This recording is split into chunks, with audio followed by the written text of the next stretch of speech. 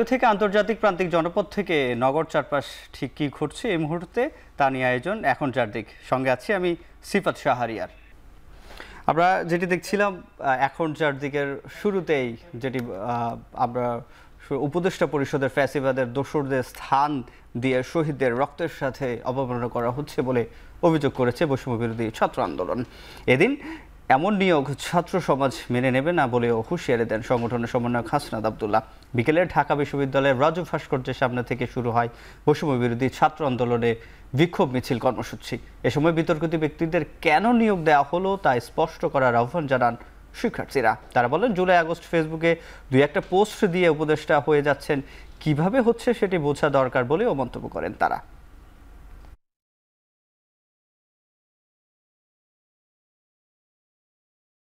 ৩ মাস পরে এসেও আমাদের ছাত্রদেরকে রাস্তায় নামতে হচ্ছে খুনি শেখ হাসিনার বিচারের দাবিতে। যারা ধানমন্ত্রী ৩২-কে কাফেলা মনে করে তাদেরকে উপদেষ্টা নিয়োগ দেওয়া হয়েছে, তাদের প্রেসক্রিপশনে এই আওয়ামী দোসরদের পুনর্বাসন হচ্ছে। এদিকে জুলাই আগস্টের ছাত্র আন্দোলনের চেতনার সাথে ছিলেন জানিয়ে বাণিজ্য উপদেষ্টা শেখ বশির বলেছেন, গণ অভ্যুত্থানের ঘটনায় কোনো মামলার আসামি কিনা তা তিনি জানেন না। তার সংস্কৃতি উপদেষ্টা মোস্তফা সরওয়ার ফারুকী বলেছেন, ফ্যাসিজমের বিরুদ্ধে অবস্থানের পুনরুদ্ধার হিসেবে নয়, সামর্থ্য দেখে দায়িত্ব দেওয়া হয়েছে। সচিবালয়ে প্রথম কর্মদিবসে নবনিযুক্ত উপদেষ্টারা এসব কথা বলেন। আমার অবস্থান কি, আমি কি করি, কি করেছি, আমার গত 15 বছরের ফেসবুক ঘাটলে দেখা যাবে। শুধু 2-4টি পোস্ট ঘাটবেন না, সব ঘাটেন। আর দ্বিতীয় কথা হচ্ছে এই যে আমার সিনেমাগুলো দেখলেও বোঝা যায় আমার অবস্থান কি। আর ফ্যাসিস্টের পক্ষের অবস্থান, এটা একটা অবিশ্বাস্য কথা। ক্রয় সক্ষমতা বাড়ানোর ক্ষেত্রে যতটুকু সম্ভব রাষ্ট্রীয় যন্ত্রের যে সুযোগগুলো আছে এগুলোকে পরিপূর্ণভাবে কাজে লাগানোই হবে আমার কাজ। আমার সহকর্মী যারা আছেন তাদের সকলের সমন্বিত প্রয়াসেই এই কাজটা করাই হবে আমার মূল কাজ। Target is to work for the people of the country, not for any particular community.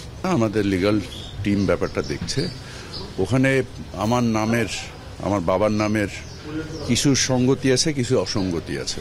So এটাকে আসলে আমি কিনা আমি এখনো খুব নিশ্চিত না আর কি। নির্বাচন নিয়ে রাজনৈতিক দলগুলোর সাথে আলোচনা অব্যাহত রয়েছে বলে জানিয়েছেন খাদ্য উপদেষ্টা আলিমা মজুমদার। আর উপদেষ্টা সৈয়দা রেজওয়ানা হাসান বলেছেন, ডিসেম্বর থেকে শুরু হবে সংস্কার কাজ, এরপরে নির্বাচনী রোডম্যাপ। যারা যারা দায়িত্বে আছেন তারা কিন্তু সেই বিষয়ের মাস্টার। তারা তাদের প্রতিবেদনগুলো দেবেন ডিসেম্বরের মধ্যে, আমরা আশা করছি তারপরে সংস্কারের প্রক্রিয়া শুরু হবে। রাজনৈতিক দলগুলোর জন্য এটাই স্বাভাবিক যে তারা নির্বাচনের কথা বলবেন, কারণ তাদের যে স্টেক হোল্ডার তাদের কথা বিবেচনা করেই বলেন। কিন্তু রাজনৈতিক দলগুলো থেকে সংস্কারে কোনো বাধা এসেছে সেরকমও কিন্তু আমরা ফিল করছি না। মাননীয় প্রধান উপদেষ্টা বলেছেন রাজনৈতিক দলগুলি কনফিডেন্স আছে, তাদের সাথে ডায়ালগে সরকার আছে, কোনো অসুবিধা হচ্ছে না। নির্বাচন ব্যবস্থার সংস্কার কমিশনের প্রধান বদিউল আলম মজুমদার জানিয়েছেন, আগামী নির্বাচন যাতে সুষ্ঠু, নিরপেক্ষ ও গ্রহণযোগ্য হয় অন্তর্বর্তী সরকারকে সেই পরামর্শ দেওয়া হবে। আগারগাঁওয়ে ইসি সচিবালয়ের সাবেক সিএসসি আবু হেনার সঙ্গে বৈঠক শেষে তিনি বলেন, রাজনৈতিক দলগুলোর কাছ থেকে পরামর্শ নিয়ে সংস্কার কাজ চলমান রয়েছে। রাজনৈতিক দলের কাছ থেকে অনেক অনানুষ্ঠানিকভাবে প্রস্তাব পেয়েছি, আনুষ্ঠানিকভাবেও প্রস্তাব পেয়েছি, আরও পাবো, এবং আপনাদের সাথেও আমাদের বসা হবে, আপনাদের কাছ থেকেও প্রস্তাব পাবো। আমরা তো সবার কথা শুনতে চাই এবং যতটুকু সম্ভব সময়ের মধ্যে, সীমিত সময়ের মধ্যে, এবং সবার মতামতের ভিত্তিতে আমরা কিছু সুপারিশমালা উপস্থাপন করব, যা আশা করি তার সুষ্ঠু নিরপেক্ষ নির্বাচনের পথ সুলভ করবে। আজারবাইজানের বাকুতে পৌঁছেছেন প্রধান উপদেষ্টা ডক্টর মোহাম্মদ ইউনূস। স্থানীয় সময় সোমবার সন্ধ্যায় প্রধান উপদেষ্টা ও তার সফর সঙ্গীদের বহনকারী বিমান বাংলাদেশ এয়ারলাইন্সের ফ্লাইটটি বাকুতে পৌঁছায়। বাকুতে পৌঁছেই একটি সমন্বয় সভায় বাংলাদেশের প্রতিনিধি দলের সঙ্গে বৈঠক করেছেন প্রধান উপদেষ্টা। এ সময় বাংলাদেশের কর্মকর্তা, এনজিও ও সুশীল সমাজের নেতৃবৃন্দকে COP20 সম্মেলন দেশের জলবায়ু সংকটের কথা তুলে ধরতে জোর প্রচেষ্টার আহ্বান জানান তিনি। মঙ্গলবার COP-এর 29 মূল শীর্ষ সম্মেলনে যোগ দিয়ে 3টি বড় অনুষ্ঠানে বক্তব্য রাখবেন ডক্টর ইউনূস।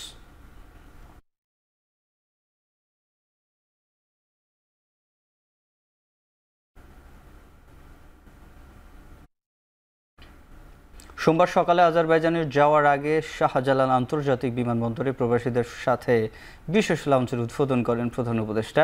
এ লাউঞ্জে বিশ্রামের জায়গা এবং সুলভ মূল্যে খাবার সহ বেশ কিছু সুবিধা পাবেন প্রবাসীরা। এ সময় তিনি অভিবাসী শ্রমিকদের মেহমান হিসেবে অভিহিত করেন। হজরত শাহজালাল বিমানবন্দরে এটি প্রথম প্রবাসী লাউঞ্জ। এখানে বাংলাদেশি অভিবাসী শ্রমিকদের বিশ্রামের জন্য জায়গা এবং সুলভ মূল্যে খাবার ব্যবস্থা আছে, যার ভর্তুকি দিবে সরকার। এ লাউঞ্জ প্রবাসীদের ভ্রমণকে সহজ করবে বলে প্রত্যাশা করেন প্রধান উপদেষ্টা।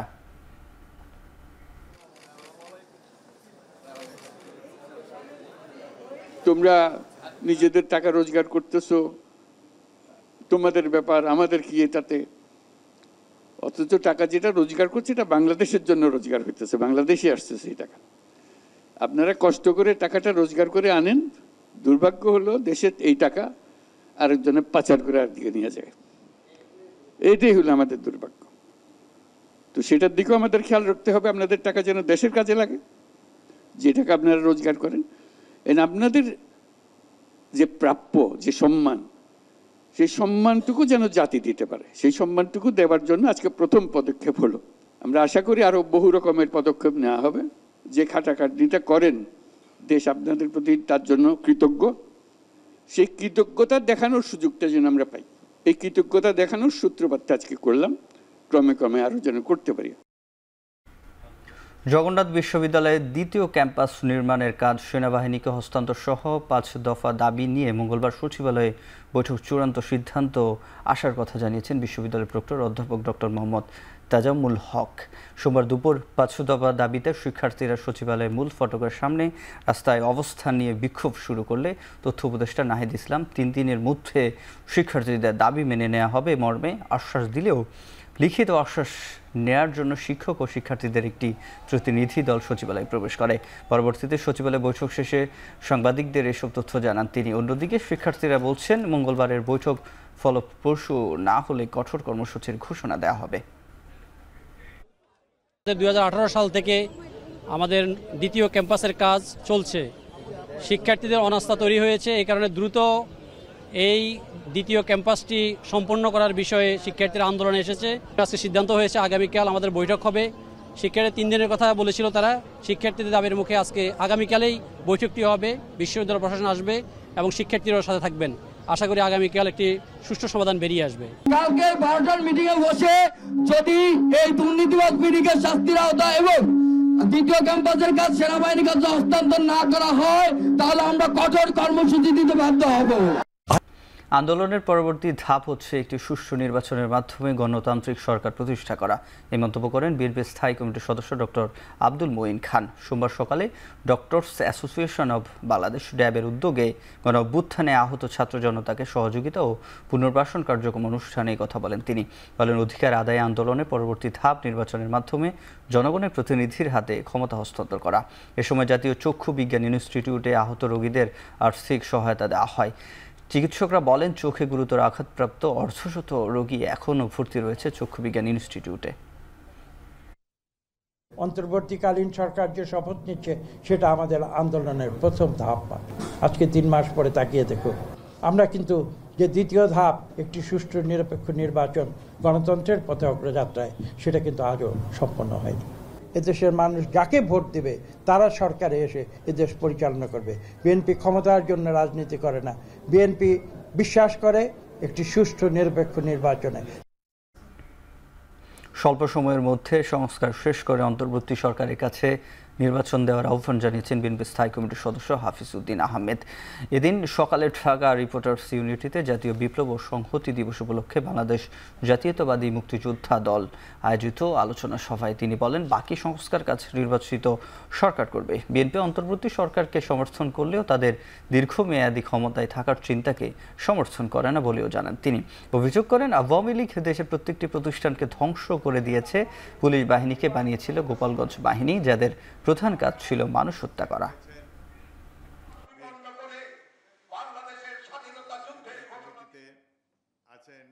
এই সরকারের প্রধান কাজ হলো একটি সুষ্ঠু নির্বাচনের ব্যবস্থা করে নির্বাচিত প্রতিনিধিদের কাছে ক্ষমতা হস্তান্তর করা। কিন্তু দেখা গেল যে যায় লঙ্কায় সেই হয় রাবণ। তারা দীর্ঘদিন 10-20 বছর ক্ষমতায় থাকতে চায়। ইতিমধ্যে দেখা গেছে যে আওয়ামী ঘরানার বহু লোক উপদেষ্টা পরিষদের মধ্যে ঢুকে গিয়েছেন।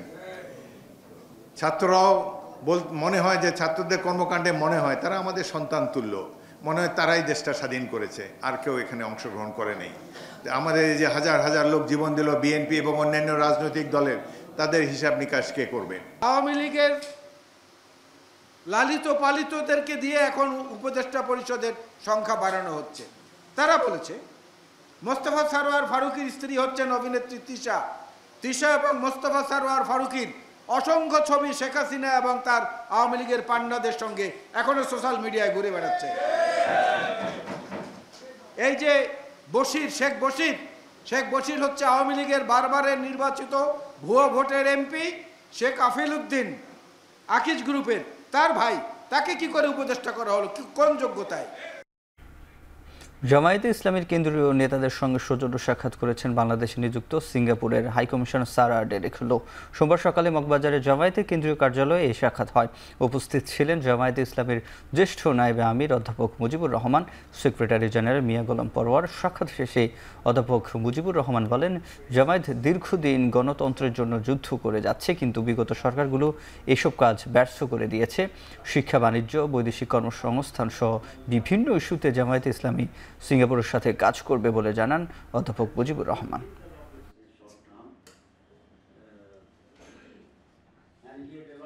সিঙ্গাপুর এবং বাংলাদেশের সাথে যে অর্থনৈতিক যোগাযোগ এবং বিশেষ করে ছাত্র জনশক্তি ম্যানপাওয়ার সেখানে কাজ করছে, এগুলোকে যাতে আরও মজবুতভাবে আমরা এগিয়ে নিতে পারি, আমাদের দেশ থেকে বেশিরভাগ জনশক্তি সেখানে যাতে আমরা পাঠাইতে পারি। বিগত আন্দোলনের যে সমস্ত আহত ব্যক্তিদের চোখ হারিয়েছে, পা হারিয়েছে, হাত হারিয়েছে, আর্টিফিশিয়াল অঙ্গ প্রত্যঙ্গ করার ব্যাপারে, চিকিৎসা করার ব্যাপারে তাদের সহযোগিতা কামনা করা হয়েছে। 1000 মেগাওয়াট বিদ্যুৎ উৎপাদন সক্ষমতার নতুন আরও 40টি সোলার প্রকল্পের অনুমোদন দিতে যাচ্ছে সরকার।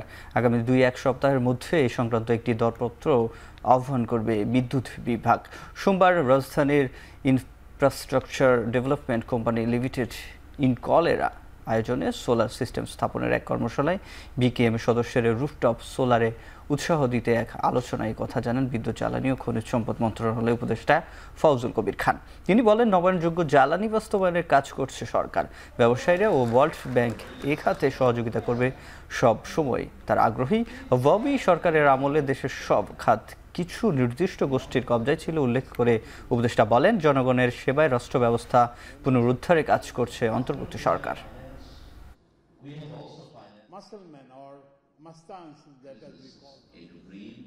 What we are trying to do now is to return this country to its own people so that everybody could participate in the development process. By next week, we'll be releasing about 40 renewable energy projects. These are grid-connected renewable energy projects from 50 to what you call 1,000 megawatts. Some 50 megawatts, some 100 megawatts, some 200 megawatts, and some even up to the capacity of 1,000 megawatts. ব্রাহ্মণবাড়িয়ার আশুগঞ্জে cargo terminal নির্মাণের পর নৌবন্দরের সক্ষমতা আরও বাড়বে বলে জানিয়েছেন নৌ পরিবহন মন্ত্রণালয় উপদেষ্টা এম শওকত হোসেন। দুপুরে কার্গো টার্মিনালের নির্মাণ কাজের অগ্রগতি পরিদর্শন শেষে একথা জানান তিনি।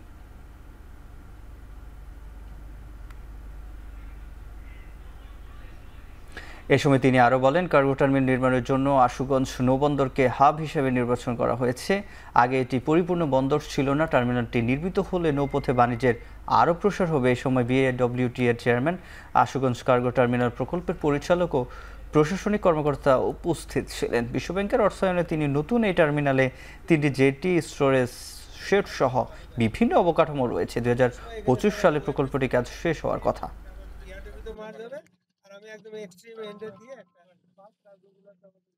প্রায় 10 লাখ মেট্রিক টন আমাদের মালামাল ওঠানামা করবে।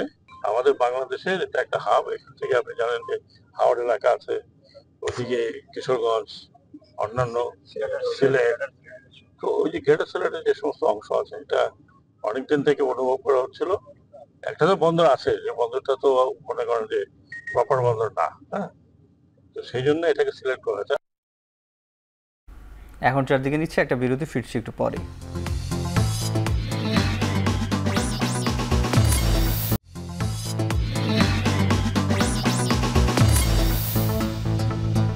বিরতির পর ফিরে এলাম, আপনারা দেখছেন এখন চারদিক। জিয়া অরফানেজ ট্রাস্ট দুর্নীতি মামলায় খালেদা জিয়া 10 বছরের সাজা স্থগিত করেছেন আদালত। এর আগে এই মামলায় 10 বছরের সাজার বিরুদ্ধে বিএনপি চেয়ারপারসন খালেদা জিয়ার লিভ টু আপিল মঞ্জুর করে আদালত। সকালে আপিল বিভাগের সিনিয়র বিচারপতি মোহাম্মদ আশফাকুল ইসলামের নেতৃত্বে 3 বিচারপতির বেঞ্চ এই আদেশ দেন।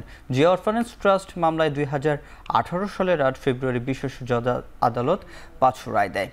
রায়ে সাবেক প্রধানমন্ত্রী খালেদা জিয়ার 5 বছরের সাজা অর্থদণ্ড দেওয়া হয়। এ রায়ের বিরুদ্ধে একই বছর হাইকোর্টে আপিল করেন খালেদা জিয়া। এই আপিলের উপর শুনানি শেষে এবছর 30 অক্টোবর হাইকোর্ট রায় দেয়। রায়ে খালেদা জিয়ার সাজা বাড়িয়ে 10 বছরের কারাদণ্ড দেওয়া হয়। হাইকোর্টের রায়ের বিরুদ্ধে পৃথক লিভ টু আপিল করেছিলেন খালেদা জিয়া। বিচার বিভাগকে ব্যবহার করে ফ্যাসিস্ট সরকার সেই 5 বছর সাজাকে 10 বছর করেছিল।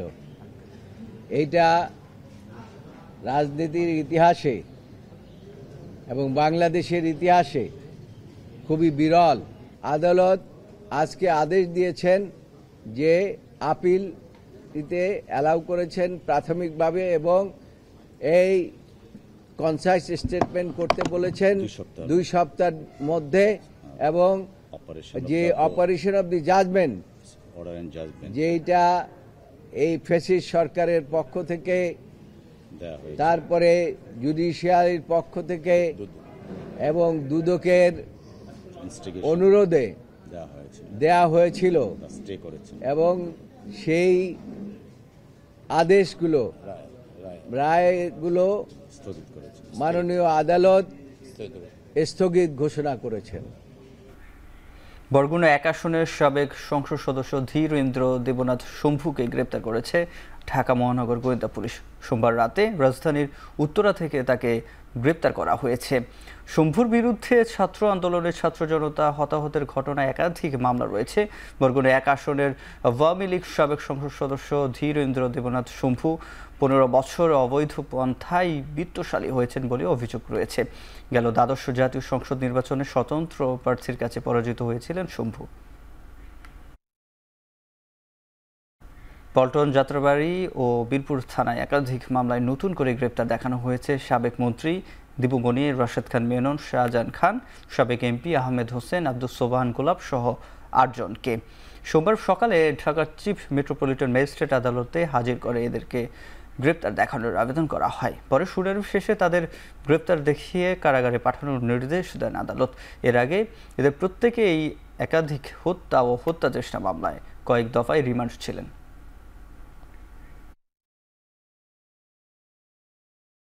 আমরা প্রসিকিউশন পক্ষ থেকে তাকে স্মরণ করিয়ে দিচ্ছি যে উনি যখন ক্ষমতায় ছিলেন, ফ্যাসিস্টের সহযোগী ছিলেন, তিনি কিভাবে আচরণ করেছেন অন্যান্য আসামিদের সঙ্গে। আমরা সেভাবে করতে চাই এবং সেভাবে করব না, কিন্তু আমরা সেফটির জন্য, তাদের সেফটির জন্য বা যে যা যা দরকার সেটুকু করা হচ্ছে। তাদেরকে বারবার রিমান্ড চাওয়া হচ্ছে, সুনির্দেশ দেখানো হচ্ছে।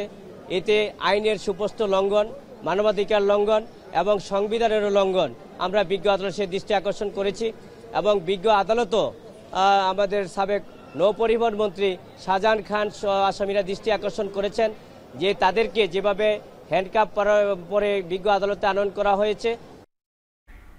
10 নভেম্বর নূর হোসেন দিবসে সন্ত্রাসী কর্মকাণ্ড পরিচালনার অভিযোগে পল্টন থানার মামলায় আওয়ামী লীগ ও নিষিদ্ধ সংগঠন ছাত্রলীগের 42 নেতাকর্মীকে গ্রেপ্তার দেখিয়ে কারাগারে পাঠিয়েছেন আদালত।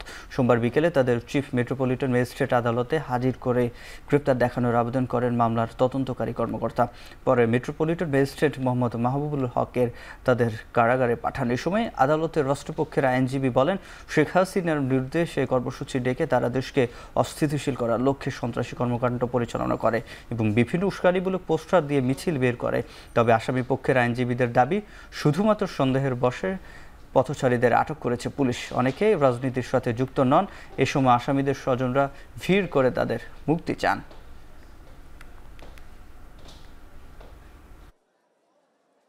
আজকে যারা যে 42 জনকে নিয়ে আসছে তারা বিভিন্ন জায়গা থেকে সেখানে জড়ো হওয়ার চেষ্টা করেছে এবং তারা চেষ্টা করে দেশে একটা নাশকতা সৃষ্টি করে দেশের একটা পরিস্থিতি ঘোলা করার চেষ্টা করেছে।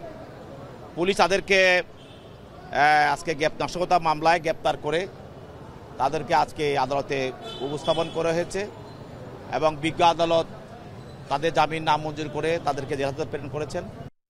সিলেটের কানাইঘাটের শিশু মুনতাহা হত্যার ঘটনায় 4 আসামির 5 দিনের রিমান্ড মঞ্জুর করেছে আদালত। সোমবার দুপুরে আসামিদের জুডিশিয়াল ম্যাজিস্ট্রেট আদালতে তুলে 7 দিনের রিমান্ড আবেদন করেন তদন্তকারী কর্মকর্তা। শনিবার কানাইঘাট থানায় অজ্ঞাতনামাদের বিরুদ্ধে নারী ও শিশু নির্যাতন দমন আইনে একটি অপহরণ মামলা করেন নিহত শিশু মুনতাহার বাবা শামীম আহমেদ।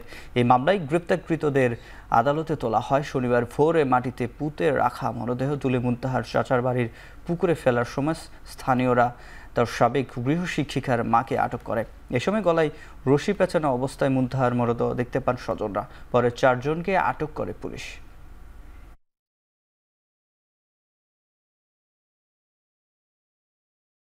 কুমিল্লার 14 গ্রামে বাসের 8 যাত্রীকে পুড়িয়ে হত্যার মামলায় সাবেক আইজিপি শহীদুল হক ও যুগ্ম সচিব কিবরিয়া সহ 3 জনকে রিমান্ড পাঠানো হয়েছে।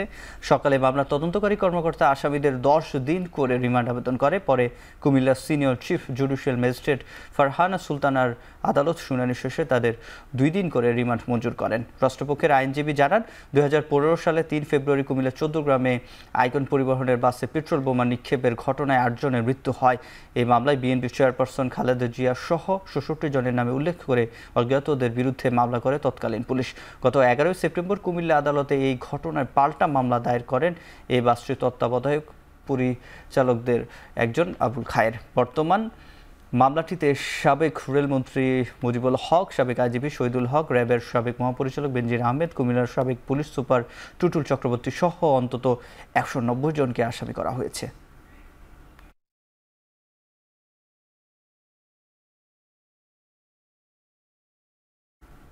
গাজীপুরের টি&জেড গার্মেন্টসের শ্রমিকদের বকেয়া টাকা সরকারের সহায়তা মালিকপক্ষ পরিশোধ করবে বলে জানিয়েছেন শ্রম সচিব এইচএম শফিকুজ্জামান। এই আশ্বাসে মঙ্গলবার থেকে কাজে যোগ দেবেন শ্রমিকরা। সোমবার রাতে রাজধানীর বিজয়নগরের শ্রম ভবনের শ্রমিক প্রতিনিধি ও গার্মেন্টস কর্তৃপক্ষ নিয়ে আলোচনা শেষে একথা জানান সচিব। তিনি বলেন, সরকারের সহায়তায় প্রথমত 6 কোটি টাকা আগামী রোববারের মধ্যে পরিশোধ করা হবে। 30 নভেম্বরের মধ্যে 10 কোটি টাকা দেওয়া হবে। এই সময় গার্মেন্টস মালিক ও শ্রমিকদের সাথে সরকারি চুক্তি হয়। সচিব জানায়, 30 নভেম্বরের মধ্যে কোনো শ্রমিক আন্দোলনে নামলে এই চুক্তি বাতিল করা হবে। এদিকে বকেয়া পরিশোধের প্রতিশ্রুতিতে প্রায় 60 ঘন্টা পর সড়ক অবরোধ প্রত্যাহার করেছে শ্রমিকরা।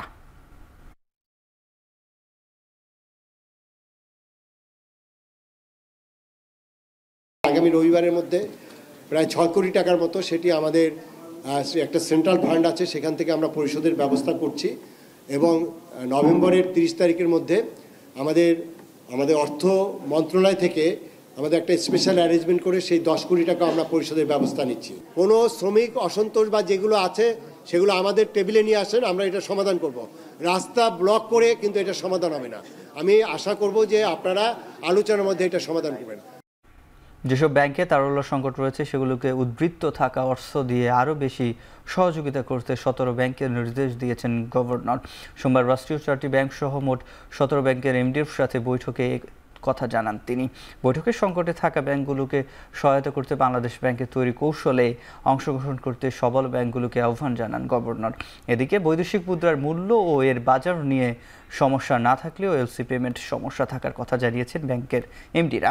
এ সময় জানুয়ারির মধ্যে বৈদেশিক মুদ্রার বাজার স্বাভাবিক হবে আশাবাদ ব্যক্ত করেন এমডিরা। এদিকে মূলধন ঘাটতি থাকলে পুঁজিবাজারে তালিকাভুক্ত ব্যাংকে কোনোভাবে লভ্যাংশ না দেওয়ারও নির্দেশ দিয়েছেন গভর্নর। এ সময় ক্রেডিট কার্ডের সুদ হার বাড়ানো ও পদায়নের ডিপ্লোমা পরীক্ষা পুনরায় চালু করার দাবি জানান উপস্থিত ব্যাংকের ব্যবস্থাপনা পরিচালকরা।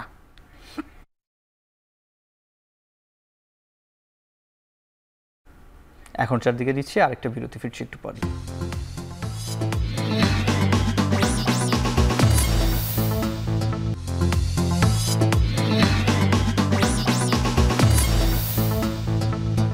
বিরতির পর ফিরে এলাম, আপনারা দেখছেন এখন চারদিকে। বাংলাদেশ সেনাবাহিনীতে প্রথমবারের মতো স্বতন্ত্রভাবে যাত্রা শুরু করেছে আর্মি এয়ার ডিফেন্স কোর। চট্টগ্রামের হালিশহর আর্টিলারি সেন্টারে সোমবার এই কোরের উদ্বোধন করেন সেনাপ্রধান জেনারেল ওয়াকারুজ্জামান। এতে একজন ইউনিট অধিনায়ক, একজন নারী অফিসার, জ্যেষ্ঠ মাস্টার ওয়ারেন্ট অফিসার এবং একজন সৈনিককে সোলজার টাইটেল, ক্যাপ ও ব্যাচ পরিয়ে দেন তিনি। একই সাথে সেনাবাহিনীর রেজিমেন্ট অফ আর্টিলারির 43তম বাৎসরিক অধিনায়ক সম্মেলনও অনুষ্ঠিত হয়েছে। সম্মেলনে আগামীতে সেনাবাহিনী প্রশিক্ষণ, প্রযুক্তিগত উন্নয়ন ও ভবিষ্যৎ পরিকল্পনা সহ গুরুত্বপূর্ণ পরামর্শ তুলে ধরেন অধিনায়করা। এ সময় সেনাপ্রধান বলেন, সেনাবাহিনীর প্রতিটি সদস্য আগামী দিনে দেশ সেবার অনন্য দৃষ্টান্ত স্থাপন করবে। দক্ষতা অর্জন করে 21শ শতাব্দীর কঠিন চ্যালেঞ্জ মোকাবেলায় প্রস্তুত থাকার জন্য রেজিমেন্ট অফ আর্টিলারির সকল সদস্যের প্রতি আহ্বান জানান তিনি। অধিনায়ক সম্মেলনে জিওসি 24 পদাতিক ডিভিশন সহ সেনাবাহিনীর ঊর্ধ্বতন কর্মকর্তারা উপস্থিত ছিলেন।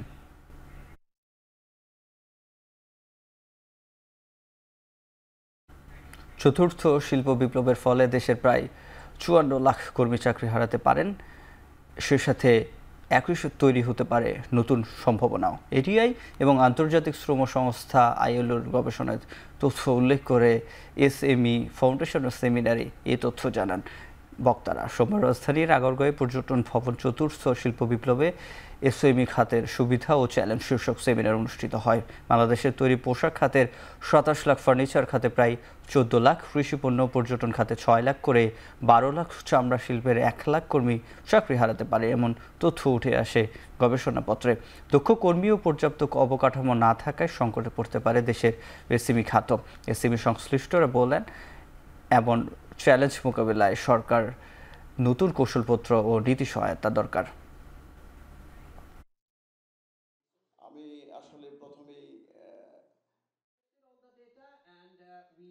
আমরা যদি সম্মিলিত উদ্যোগ নেই, সমন্বিতভাবে কাজ করি, আমরা এখানে বলা হয়েছে যে একাডেমি আছেন, ইন্ডাস্ট্রি আছেন, অ্যাসোসিয়েশনগুলো আছেন, এখন নতুন আরেকটি বিষয় যোগ হয়েছে সিভিল সোসাইটির যে অর্গানাইজেশন, তারা বড় একটা রোল প্লে করছেন। অর্থাৎ সকল অংশীজন যদি আমরা সিনসিয়ারলি যদি কাজ করি, তাহলে আমরা সামনের দিকে এগিয়ে যেতে পারবো। সরকার শুল্ক প্রত্যাহার করে নেয় দীর্ঘ 19 মাস 10 দিন পর হিলি স্থলবন্দর দিয়ে ভারত থেকে চাল আমদানি শুরু হয়েছে। দুপুরে ভারত থেকে চাল বোঝায় 3টি ট্রাক 120 টন চাল নিয়ে বন্দরে প্রবেশ করে। এই চাল 48 থেকে 50 টাকা কেজি দরে বিক্রি হবে বলে জানান ব্যবসায়ীরা। সয়রাম এন্টারপ্রাইজ ভারতের পশ্চিমবঙ্গ থেকে চাল আমদানি করেছে। আমদানি শুল্ক প্রত্যাহার আর ভারতে চাল রপ্তানিতে মূল্য উন্মুক্ত করে দেওয়ার সরবরাহ বাড়বে বলে জানান আমদানিকারকরা। এই বন্দরে 10 থেকে 15 জন আমদানিকারক এখন পর্যন্ত 30 থেকে 32 হাজার টন চাল আমদানির অনুমতি পেয়েছে। এর আগে 2023 সালের 30 মার্চ সবশেষ হিলি স্থলবন্দর দিয়ে ভারত থেকে চাল আমদানি হয়েছিল। বরিশালের সাবেক সেনা কর্মকর্তা জিয়াউল আহসানের জমি দখল করে গড়ে তোলা অবৈধভাবে মার্কেট ভেঙে দিয়েছে সড়ক ও জনপথ বিভাগ। অপরদিকে মোংলায় দীর্ঘদিন দখলে থাকা অবৈধ স্থাপনা উচ্ছেদ কার্যক্রম চালাচ্ছে মোংলা বন্দর কর্তৃপক্ষ। সকালে ঢাকা বরিশাল কুয়াকাটা মহাসড়কের রূপাতলী বাস টার্মিনাল এলাকায় উচ্ছেদ শুরু হয়। অভিযান শুরুর পর একটি রেস্তোরাঁর মালিক পক্ষ বাধা দেওয়ার চেষ্টা করেও ব্যর্থ হয়। গুড়িয়ে দেওয়া হয় এনটিএমসির সাবেক মহাপরিচালকের মার্কেটটি। প্রায় 30টির মতো দোকান ছিল মার্কেটে। এদিকে মোংলার মেরিন ড্রাইভ রোডে অবৈধ স্থাপনা উচ্ছেদ কার্যক্রম চালিয়েছে বন্দর কর্তৃপক্ষ। সকাল 10টার দিকে শুরু হয় উচ্ছেদ অভিযান। প্রায় 10 একর জমি অবৈধ দখলদারের কবল থেকে মুক্ত করেছে কর্তৃপক্ষ। বান্দরবান পার্বত্য জেলা পরিষদের অন্তর্বর্তীকালীন চেয়ারম্যান ও সদস্যরা দায়িত্ব গ্রহণ করেছেন। বেলা 11টায় জেলা পরিষদ মিলনায়তনে আনুষ্ঠানিকভাবে দায়িত্ব গ্রহণ করেন তারা। এ সময় পার্বত্য অঞ্চলের শিক্ষা, স্বাস্থ্য, কৃষি ও পর্যটনের বিষয়ে অগ্রাধিকার দিয়ে কাজ করার কথা জানান জেলা পরিষদের নবনিযুক্ত চেয়ারম্যান থামজামাল উসাই। সততার সাথে দায়িত্ব পালনের পাশাপাশি দুর্নীতিমুক্ত জেলা পরিষদে গড়তে সবাইকে সহযোগিতা করার আহ্বান জানান তিনি। অনুষ্ঠানে পরিষদের অন্যান্য বিভাগের কর্মকর্তা কর্মচারীরা উপস্থিত ছিলেন।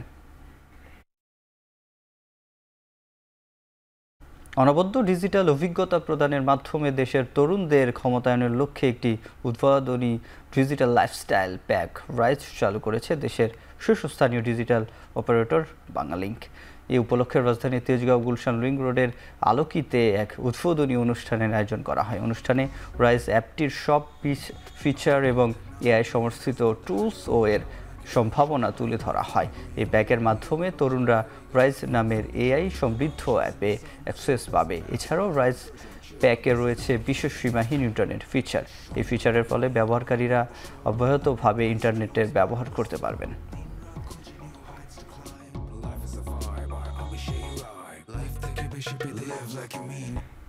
রাজধানীতে শুরু হয়েছে দেশের বৃহত্তম কম্পিউটার সিটি মেলা।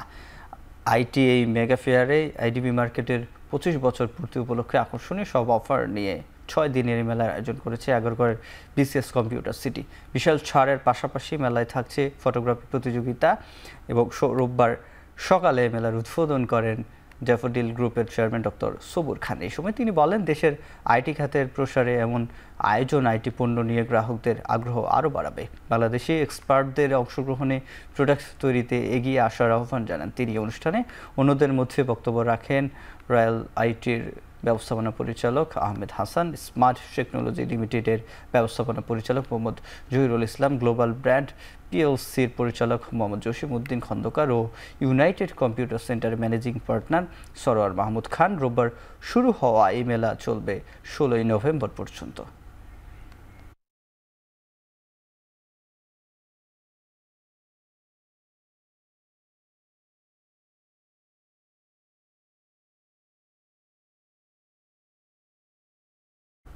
মদিনা চেম্বার অব কমার্সের উদ্যোগে সৌদি আরবে চলছে পণ্য উৎপাদন ও বিক্রয় প্রতিষ্ঠানের পণ্য প্রদর্শনী।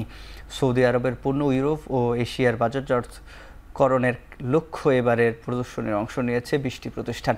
800 শতাধিক স্টলে চলছে পণ্য প্রদর্শনী। এবারের আয়োজনে অংশ নিয়েছে রিয়াদ, জেদ্দা, মক্কা ও দাম্মামের ব্যবসায়ীরা। আয়োজনে উদ্বোধন করেন মদিনার আমির সালমান সুলতান সৌদ। স্থানীয় পণ্যের আন্তর্জাতিক প্রসারের লক্ষ্যে প্রতিবছর সৌদি আরবের বাণিজ্য মন্ত্রণালয় ও মদিনা শহর কর্তৃপক্ষ এই প্রদর্শনীর আয়োজন করে থাকে। এই 2 দিনব্যাপী আয়োজনের শেষ হবে 12 নভেম্বর। জলবায়ু পরিবর্তনের চরম বৈরী আবহাওয়ার কারণে গেল দশকে $2 লাখ কোটি ক্ষতি হয়েছে বিশ্ব অর্থনীতির। জলবায়ু সম্মেলনকে সামনে রেখে প্রকাশিত হয়েছে এই প্রতিবেদন। ইন্টারন্যাশনাল চেম্বার অব কমার্স বলছে, গেল দশকে সবচেয়ে বেশি আর্থিক ক্ষতি হয়েছে যুক্তরাষ্ট্রের, এরপর চীন আর ভারতের। ভয়াবহ বন্যা থেকে খরা পর্যন্ত এমন অন্তত 4000 প্রাকৃতিক দুর্যোগে গেল 2 বছর ক্ষতি হয়েছে $45,000 কোটি। বিজ্ঞানীদের পূর্বাভাসের তুলনায় এই ক্ষয়ক্ষতির পরিমাণ অনেক বেশি। 2024 থেকে 2023 সালের মধ্যে প্রতি বছর বেড়েছে আবহাওয়ার বৈরিতার আর্থিক ক্ষতি।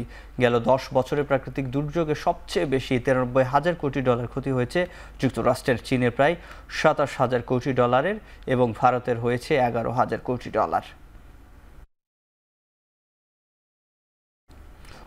এবার আন্তর্জাতিক প্রসঙ্গ। যুক্তরাষ্ট্রের নিউ ইয়র্কের দক্ষিণাঞ্চলে আর নিউ জার্সিতে ভয়াবহ দাবানল নিয়ন্ত্রণে হিমশিম খাচ্ছে দমকল কর্মীরা। বাতাসের তীব্রতায় দ্রুত নিউ ইয়র্ক থেকে নিউ জার্সিতে বনাঞ্চল ছড়িয়ে পড়েছে আগুন। 2 অঙ্গরাজ্যের সীমান্তে ধাউ ধাউ করে জ্বলছে আগুন। এখন পর্যন্ত 2500 একর এলাকা পুড়ে ছাই হয়ে গেছে। নিউ জার্সির বন বিভাগ বলছে, এই দাবানল নিয়ন্ত্রণে দমকল কর্মীরা কাজ করছে, স্বেচ্ছাসেবীরাও কাজ করছে। 1 অক্টোবর থেকে এখন পর্যন্ত এই রাজ্যে 5 শতাধিক দাবানল রেকর্ড করা হয়েছে। পুড়ে গেছে 4500 একর এলাকা। নিউ জার্সি অঙ্গরাজ্যে কৃষকরা তাদের ক্ষেতের ফসল বাঁচাতে সর্বাত্মক চেষ্টা করছে। স্পেনের ভ্যালেন্সিয়ায় ভয়াবহ বন্যার পর ধান খেতে মৃতদেহ খুঁজছেন উদ্ধারকারীরা। স্পেনের উত্তরাঞ্চলের ভাস্কিউ সম্প্রদায় একটি ধানের খেতে মৃতদেহ খুঁজতে চলছে অভিযান। বন্যার পানিতে মৃতদেহ আছে কিনা তা শনাক্তে পরীক্ষা নিরীক্ষার জন্য নেওয়া হয়েছে নানা যন্ত্র। কয়েক দশকের মধ্যে ইউরোপের স্পেনে সবচেয়ে ভয়াবহ প্রাকৃতিক দুর্যোগে ভ্যালেন্সিয়া 2 শতাধিক মানুষের মৃত্যু হয়। ভ্যালেন্সিয়া কর্তৃপক্ষ জানায়, এখন পর্যন্ত 78 জন নিখোঁজ রয়েছে। 40 মৃতদেহ এখনও শনাক্ত করা সম্ভব হয়নি। এদিকে বন্যার পানি কমতে শুরু করার পাশাপাশি চলছে আবর্জনা পরিষ্কারের কাজও। কানাডার একটি হিন্দু মন্দিরে সহিংসতার ঘটনায় নিন্দা জানিয়ে ভারতের রাজধানী দিল্লিতে বিক্ষোভ করেছে হিন্দু ও শিখ ধর্মের মানুষ। স্থানীয় সময়ে রবিবার এই বিক্ষোভ মিছিল করে তারা। এদিন হিন্দু শিখ গ্লোবাল ফোরামের সদস্যরা ঐক্যের স্লোগান দিয়ে মিছিল বের করে। এ সময় বিক্ষোভকারীদেরকে পুলিশের ব্যারিকেড ভেঙে ভেতরে অবস্থিত কানাডিয়ান হাইকমিশনের দিকে এগিয়ে যায়। বিক্ষোভকারীদের অভিযোগ, মন্দিরে হামলার ঘটনা রাজনৈতিক ও উদ্দেশ্য প্রণোদিত। শিখ ধর্মের কেউ কখনো কোনো ধর্মীয় স্থাপনায় আঘাত করতে পারে না। গেল 3 নভেম্বর টরন্টো শহরের একটি মন্দিরে খালিস্তানপন্থীদের আক্রমণ করার অভিযোগ ওঠে। পাঞ্জাবের বাইরে সর্বোচ্চ সংখ্যক শিখ জনগোষ্ঠীর বসবাস কানাডায়। কানাডার মাটিতে খালিস্তানপন্থী নেতা নির্জর হত্যাকাণ্ডের জেরে নয়াদিল্লি ও অটোয়ার মধ্যে কূটনৈতিক সম্পর্ক তলানিতে পৌঁছায়।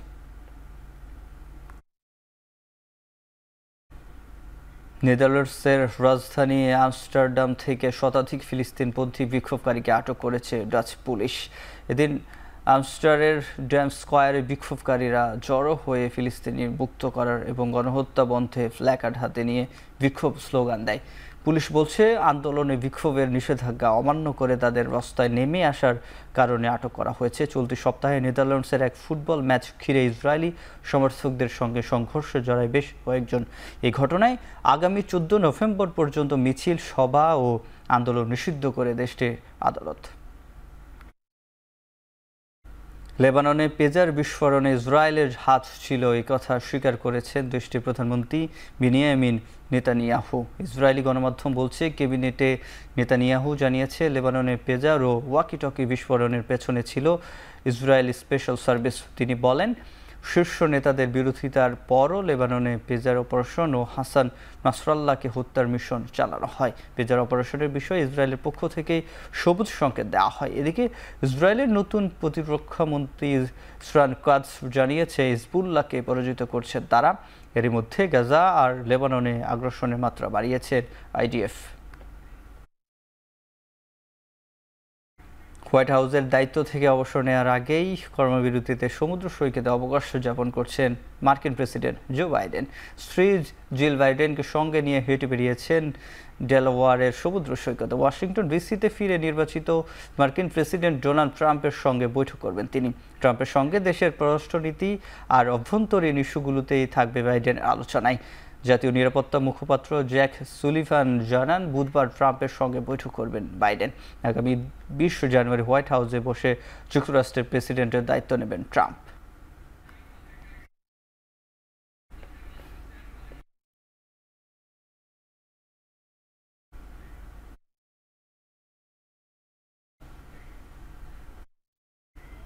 এখন চারদিকে নিচ্ছি একটা বিরতি, ফিরছি একটু পরেই।